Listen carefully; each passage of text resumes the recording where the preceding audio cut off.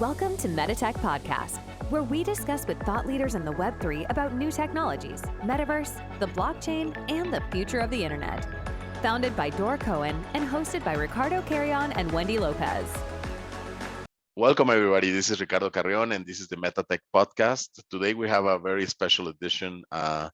We have today with us David Yu. He is CEO and co-founder of Veve, which is like a platform that has a lot of fans in Mexico and in Latin America. And we're very excited to have David here. Welcome, David.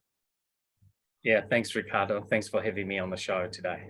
And also different from most of the podcasts we have, we also have Wendy Lopez.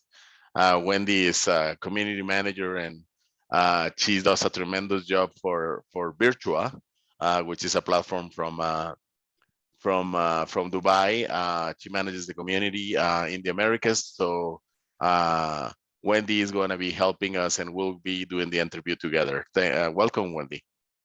Thank you so much. Nice to see you, David. I have seen you before at Deacon and in many places, and I'm so happy to see you here with the conversation. Thanks, Wendy. Thanks for inviting me on the show, and looking forward to exciting discussion.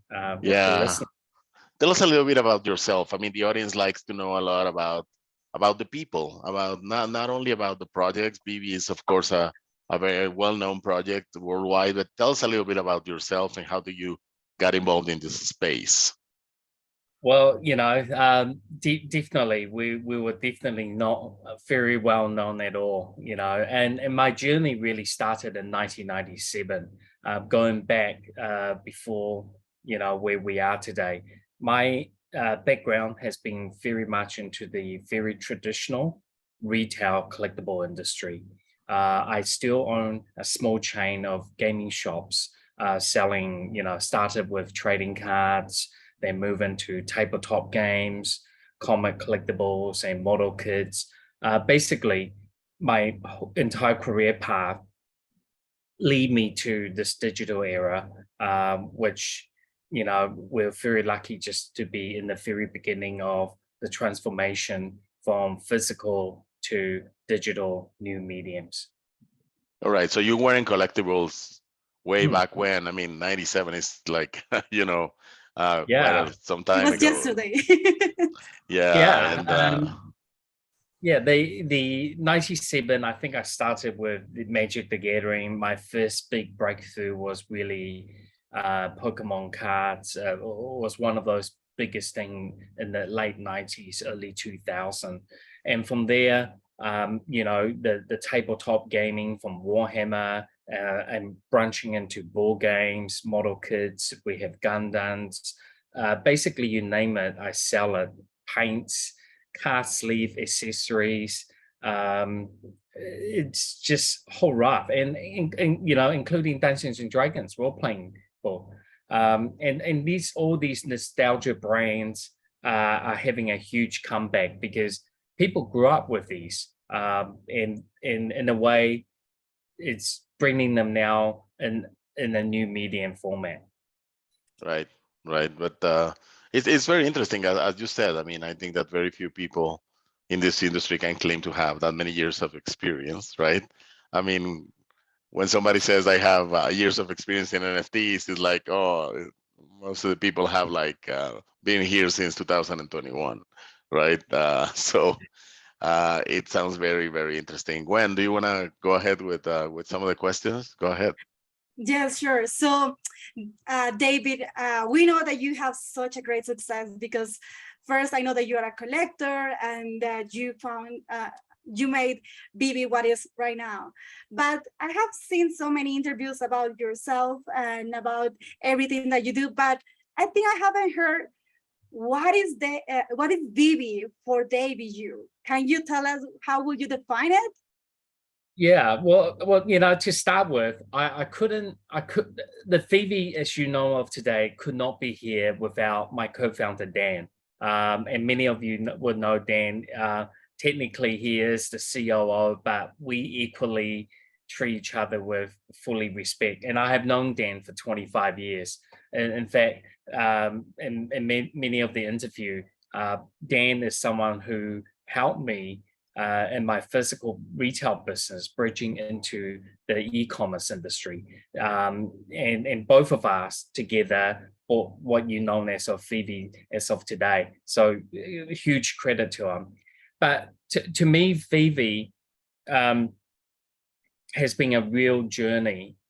And obviously, the journey has been very, very long, and we're actually only at the real start of this journey. To me, it's beyond. Some people might describe it as like their kid, their passion. To me, it has been beyond the hardest thing I ever done in my life. And I've been in the retail business for a long time, and retail business in the collectible, it's all about release driven. You're almost selling every single week with new cards coming out, new collectible, new games.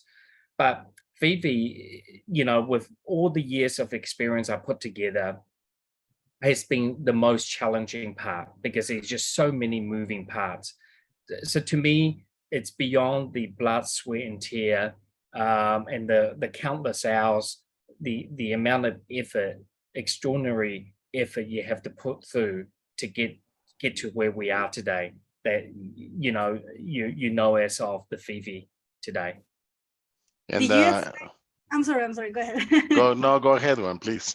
So did you expect to have this amount of success in less than 2 years since you released the app?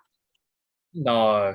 And the truth to be told, we were just very lucky to call on the right timing. We were anticipating, the first year we'll be very lucky to even have, 100,000 download. The number that we have received from the public and the users and the Veve fans out there, the support has been extraordinary, great in the way. But obviously it comes with its own challenges as well. So yeah, in short answer, I mean, we never thought about it. I mean, I still remember myself and Dan before we pressed the button to go ahead. And it was actually in my apartment in the kitchen table. He actually looked at me. He goes, well, I'm about to switch on. I hope someone will want to buy a digital Batman. And that was the Batman Black and White Series 1 we put on.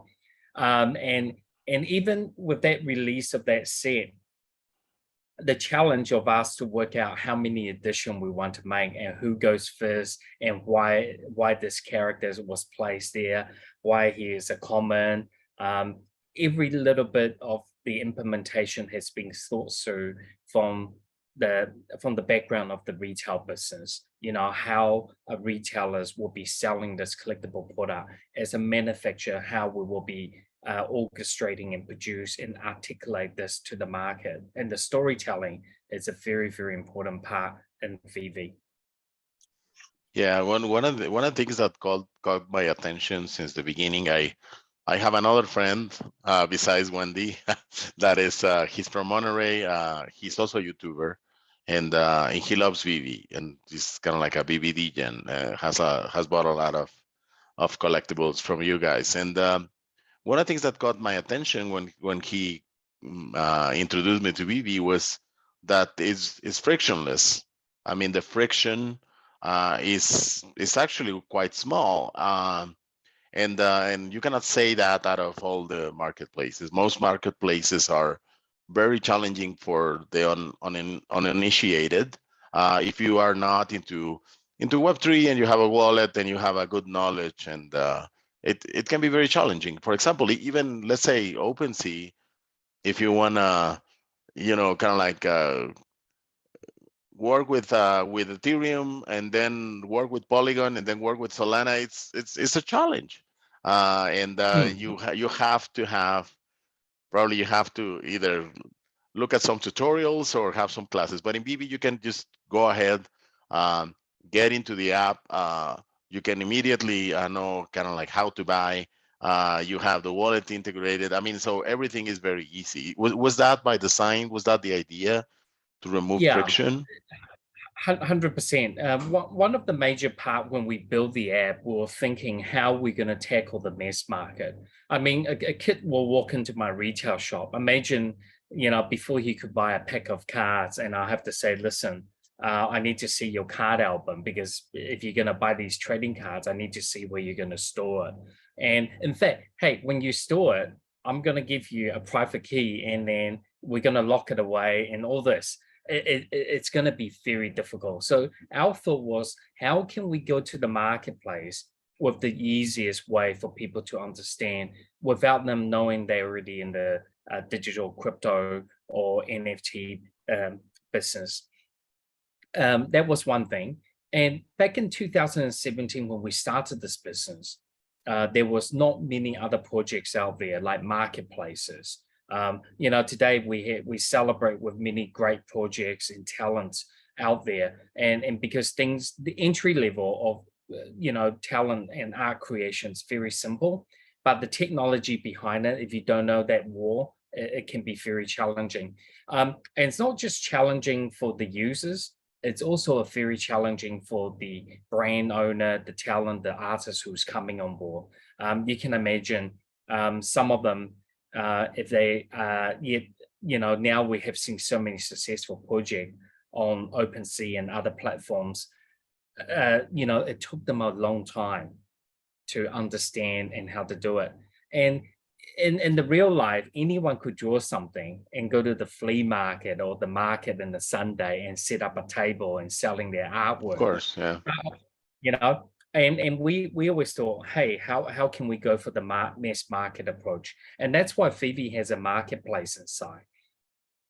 Because when we start developing the business, marketplace was very limited as well. And like you say, Ricardo, it's Polygon, it's this chain, that chain, all the side chains.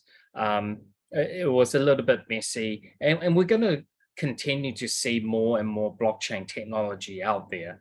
And I remember 2018, 19, every crypto event, blockchain event we go to, every chain was always talking about how many transactions per second, how fast we are, how cheap we are.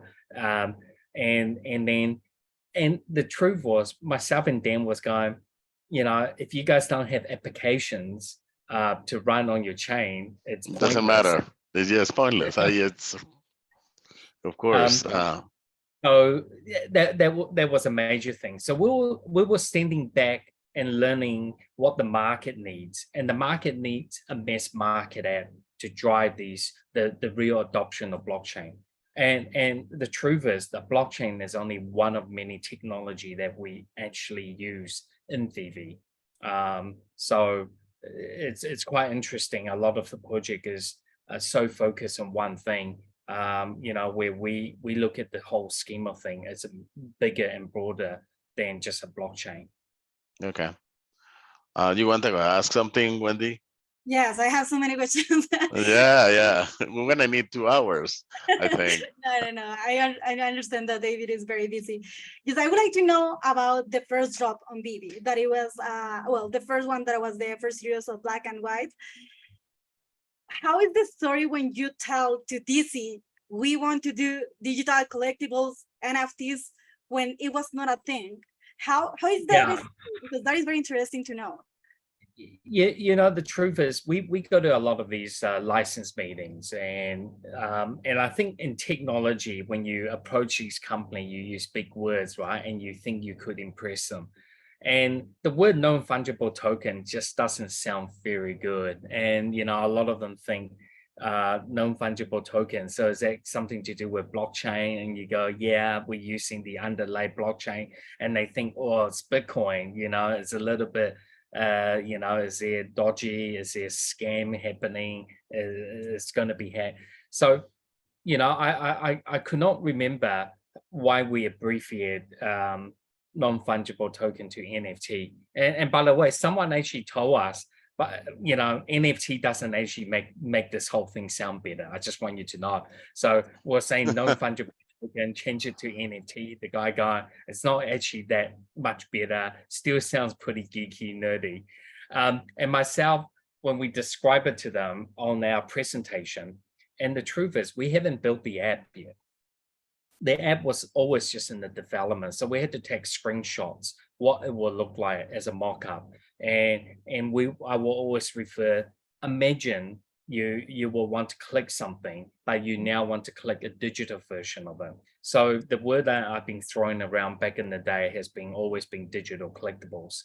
And that's really just to take away differentiate, because everyone keep thinking we're minting a Bitcoin into a digital collectible, so people will be speculating, and then people will need to go mine these to get the collectibles. So the early concept and selling point was extremely difficult because you're dealing with a group of people, especially in business, have no idea what they're about to get on. DC was extremely supportive. The Warner DC group, they love new challenges. And obviously, at that moment of time, they were very fast into investing into gaming technology. And I think they were just about to launch the Harry Potter games with Niantic. So there was a lot of great innovations coming out from their office and the storytelling. And part of the DC that we got really involved with was the comic and the direct collectible group, the DC Direct, and the enthusiasm that they have for their collectible line. It was, I already collect the Batman Black and White series, so it was no brainer for us to start with that, and really explaining to the audience that a physical collectible could also appear or be represented through the digital. And we needed a big brand. And I do have to admit, DC wasn't the first brand that we signed. We had other smaller brands that came on board to be part of this journey. But we just decided, we need to go out with something that's pretty cool. And yeah, the first few collectible that we sold, I remember reading a comment. Someone actually wrote, "Why are these things black and white?" I mean, it's called it's called Batman Black and White Series White. People go, "Wow, they couldn't even make this thing in color." And I remember that was the first few comments we got, and I'm just going, "Oh my God, people don't actually get it yet." So it will take time to foster this nascent industry. Wow. Yeah. Comment. I have a question. I have seen several different types of collectibles. Veve collectibles are different from other platforms. They tend to be very high quality, right? I mean, kind of like if they are, let's say if they are 3D, you can see kind of like it's really a beautiful 3D. You can see it from all the angles. You can rotate it, or even you have these, cars that you can drive and they become kind of like AR, where you can have them running on your garage or something like that, or in the park. So out of those things, like comics or collectibles or AR type of things, what would you say would be the categories that you see growing faster into the next, let's say into the next year, not to go into the future? Yeah. So Ricardo, it's interesting how you notice that the AR, the aspect where people can bring it out in 3D and walk around it. And the truth to be said, the technology that we have today is just getting better and better. And that's simply the phone makers are getting better camera, better screen time. The screen resolution is much better. We wanted to bring collectibles to fans equally as attractive and addictive as you would to buy the real thing. And that was one of the main things, that this product that we're doing digital needs to be in such a good quality. Why will people want to buy and spend their money and to start collecting? So we started with, we have a number of pillars inside the company we want to do. And the reason why we set these pillars is we want to build an empire. And when I talk about empire, I'm referring to like an empire building, state building. If you were running your car across the Empire State Building, it's only going to make a little dent in them. And the reason why is because these buildings are built with major pillars. So one of the major pillar for us right now has been into the superheroes, as you have described. And these are very evergreen characters. People see them in cinematics. People see them when they grew up with it, whether it's from the comic and the superhero they know. The other pillar, what you are talking about, areas that we're looking to put focus into.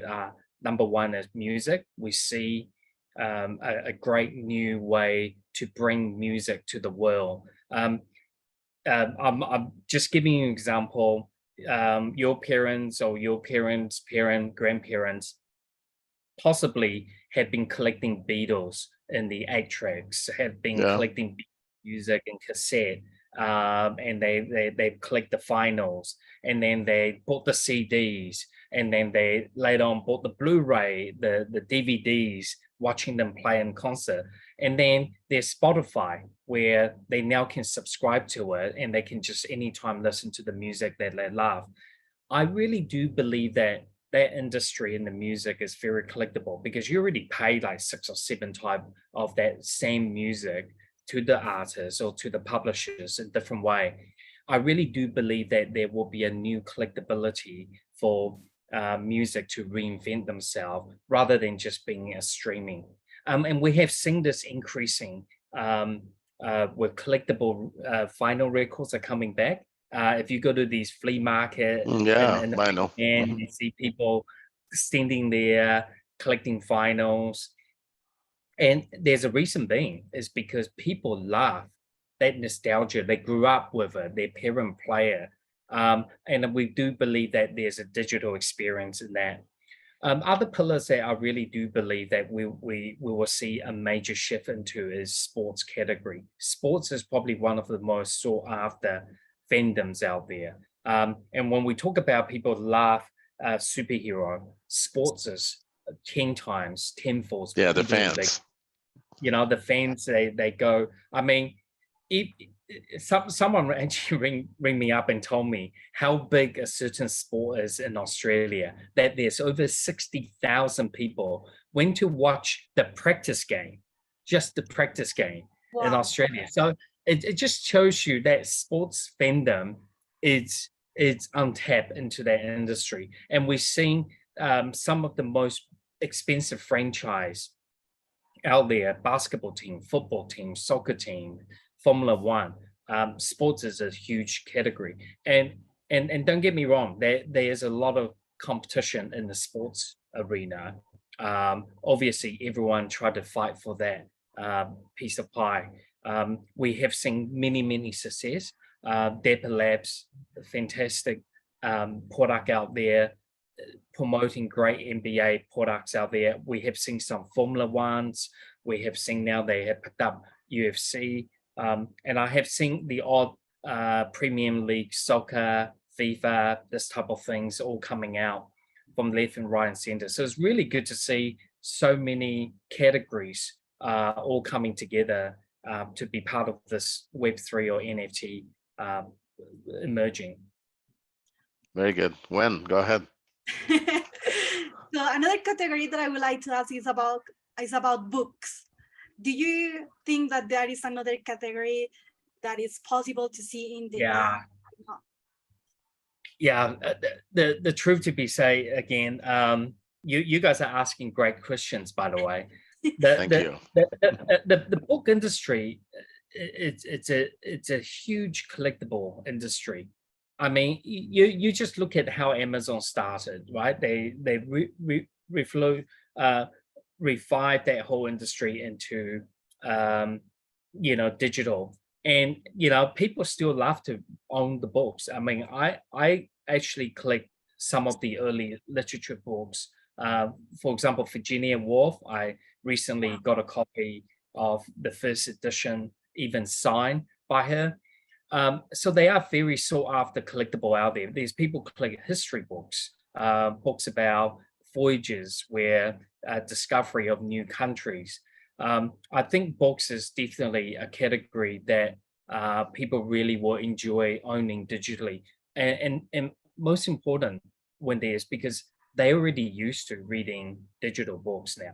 So it's just no brainer that industry is just going to take over. And we have seen a huge uptake in comic books. So definitely there is a huge opportunity in that. And I really do believe that any industry out there, if you think you can be digitalizing it with a purpose, you should look at it. A lot of company out there, they don't understand how much great asset they are sitting on intangibly, that if they reinvent themselves into a digital way, they can do fantastic.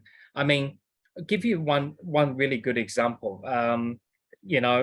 Maps. We used to all buy maps. Every car in the world has maybe 2 or 3 copies because they go, well, I need to get there. Now there's Google Maps, right, that people don't buy. So those mapping companies just go, well, no one needs it because it's free. But if there's ways that they can reinvent themselves through digital, and you will think the mapping company will be the world's #1. But no, Google Maps basically took over, and Apple has their map because it's an app. If you think these companies can reinvent themselves a little bit earlier, moving into digital, and not so afraid being disrupted, will be great.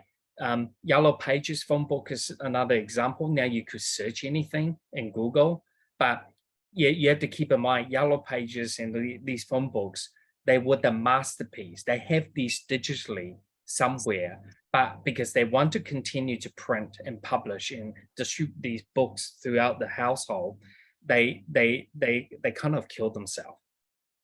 And one of the major things is this business is so disruptive, it's actually killing my other retail business, right? People will think you're actually countering your own industry that you're in. But I always tell my employees is that people still will like and love to have that physical aspect of it. As long as you can provide them the best experience, the best service that the digital can give you, which is that human touch and emotional. And this is one of the sector what Veve is moving into, is that how can we be more emotionally triggered and make you feel, we know you better and we understand what you like, etc. And that's what retail business is. I mean, people not going to walk into a supermarket ever again if they walk in there, have a bad experience, and they don't sell the food that they want or they love, so they go to another place. So it's the same thing with Veve. We treat our business as we all we want to do in our mission is have the world fall in love with digital collecting. That's all we want. Yeah, no, that's amazing.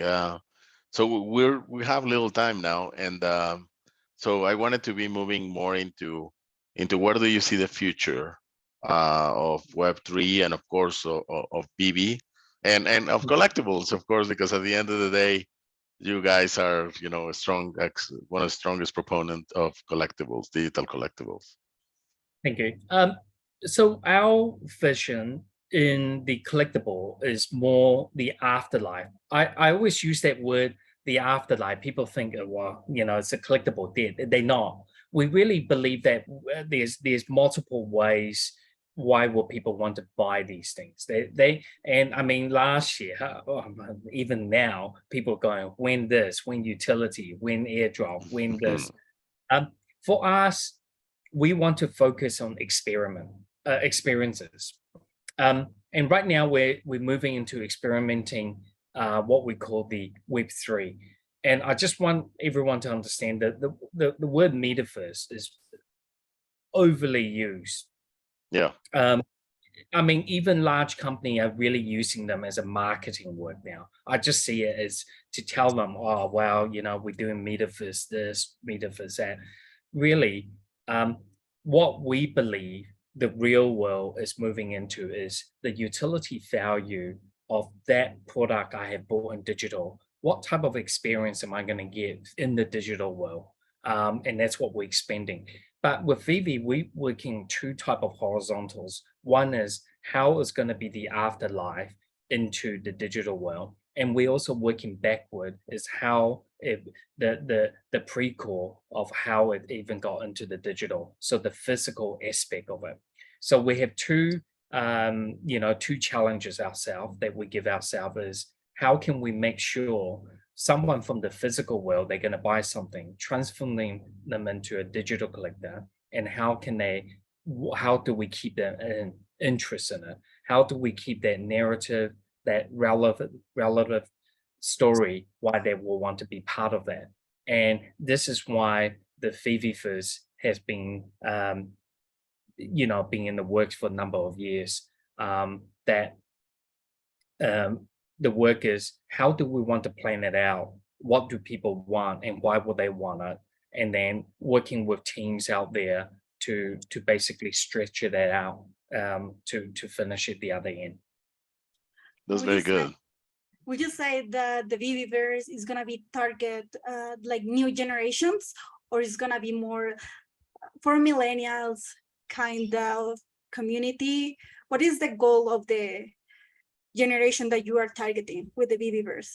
Yeah, so and Wendy, you touch on a very good point, is that the current generation, the young kids today, who's in Fortnite, who's in Roblox, who's in all these games, buying skins, and this has been going on for a while, right? This is not like overnight success. These company building these amazing games, allowing users to understand why they will want to be participating, changing their outfits and so on. It's been around a long time. In fact, my brother's kid understood the importance of having a cool outfit. And to him, that is more physical appearance. And that's how he flexes with his other friends when they play the game, because he looks different. Now, obviously, that market is going to get more mature. They're going to get older. The 8-year-old's going to become 15, 16. And remember, their children's going to basically be taught that, well, digital is fine because I used to play it, just like how we used to play with trading card, we click basketball card. And trading card really came from cigarette cards. Your grandparent would have been collecting when they buy a pack of cigarette, it comes with a car. And that generation just continues because they kind of understand and they grew up around it. Now, the Veveverse and the Metaverse approach for us is all about, number one, the experiment. We want the best experiment. And number two, the community. Veve would not be existent without the Veve fan. And I can rest assure you, this is probably the most important thing that a successful project requires. And the fans is not really just pockets of them. You need a huge support from the fans. So we owe it to our fans to build the best community experiment. Now, and many other companies like the multinational company out there, they are trying to build a Metaverse that is widely used and hugely adopted. What we are trying to build is about the afterlife of the NFT. What could you do with it? Why would I want to do this? And you can see behind my back, I have wall pictures, artworks put up, and I can reposition things. That's what we want to give our users, to have that ability in the digital world, understanding that those are digital assets, and also having your friends to come over to your Metaverse to experience that, to show it off, to go, hey, I got 15 of this collectible and it's just sitting there. Because why? I can do it. And that type of engagement, it's going to be a very important part. And then we'll step into the phase 2, phase 3. So we got multiple phases in how we want to roll this out. What we don't want is, Ricardo, you're in Mexico, I'm in New Zealand, Wendy, let's say you're in California, we all enter into the metaverse in a different time. And every time I come on, Ricardo, I don't see you in there, but you're a good friend of mine. Now I stopped going into the metaverse because I never see anyone I want to interact, because the community is not there. If the communities are not there, there's no point building them, because there's a product they don't want to. But what we want to do, and we learned this approach from Apple, I read a log and I see how they market. They give you a product, you don't even know you need it. But why do you need it? Because you kind of have these Veve digital NFT collectibles. I want that showroom. Now I give you that showroom. I'm going to give you a whole raft of things, packages around that. You want furnitures, you want lights, you want tables, you want display shelves. Okay, you got them. Now I want to invite my friends to come in. I want to digitally sit down on the couch and maybe watch a TV or movie with them. Listen to the music I just bought on Veve with that NFT. So that community and that whole thing will grow from that. And that's what we believe that will be a key part to a success for Veve's metaverse. Every company will have a different approach, and I don't think anyone's doing anything wrong. It's just that word is being widely thrown around too much, and that's where we focus at. Wow, that is a lot of alpha right there, because lots and lots of alpha. A lot of alpha. But I also would like to say that for me, the two concepts that came and resonated a lot of what you said, David, are the experience and the community, right? I mean, so you're providing this beautiful digital collectibles, but at the end of the day, is for providing the best experience for your community, and that's kind of like a very strong basis to build upon. So, well, thank you very much. When do you have some words? I think that this is going to be almost 40 minutes of a show, but it's really amazing to have you here on the show, David.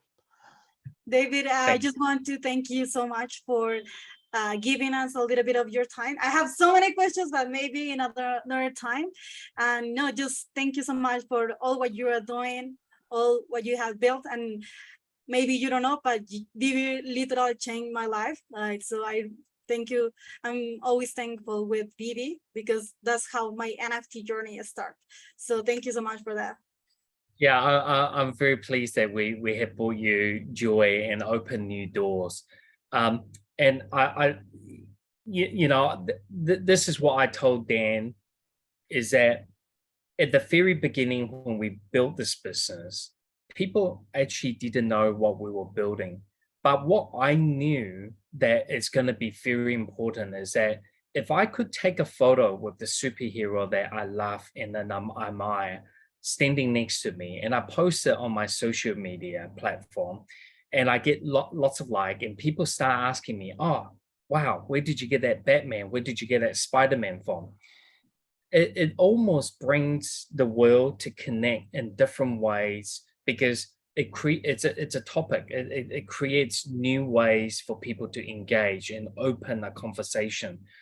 And the Veve community has given something extraordinary, is that some of these people have come together and they become friends, almost feel like they're friends for life. They never met them before, but the minute and I have experienced this myself. I walk through in the airport, someone approach me and say, oh, Dave, you're from Veve.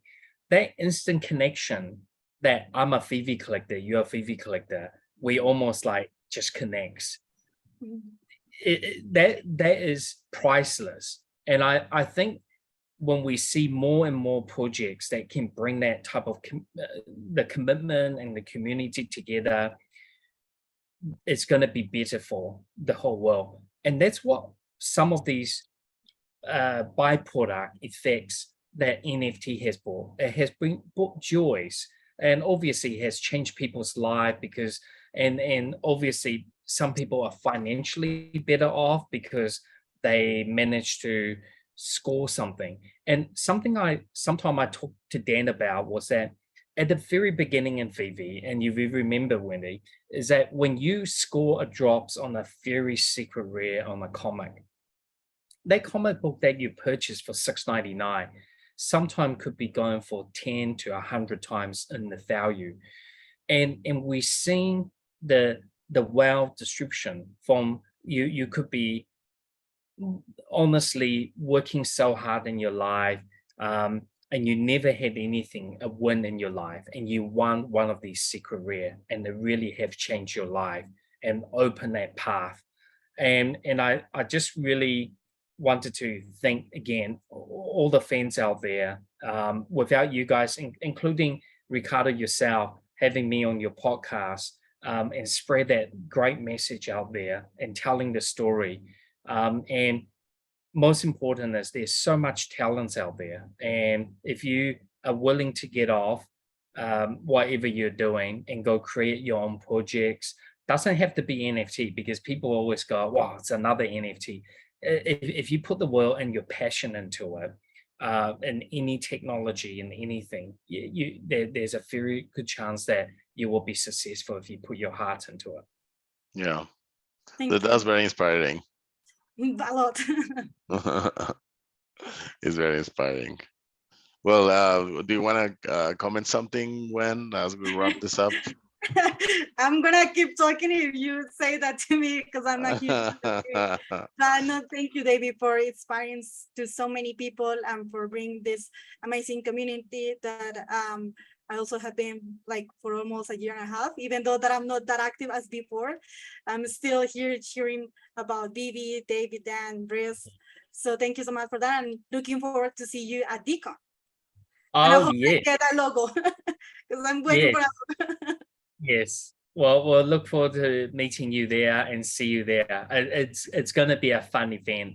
And this is what I'm talking about. I mean, you'll never dream about going to DCon with people that you never met, and then you're just going to meet up. It's very inspiring, all the story we hear. So I'm so looking forward to see you there. Have a safe travel, and we'll see you hopefully in a couple of weeks' time. Right. Thank you, David. Thank you very much, David. It's been a pleasure to have you here in the show. Thanks, Ricardo. Thank you. Thank you. Bye. Thank you. Thanks for listening to Metatech. Please feel free to subscribe and share. We'll catch you in the next episode.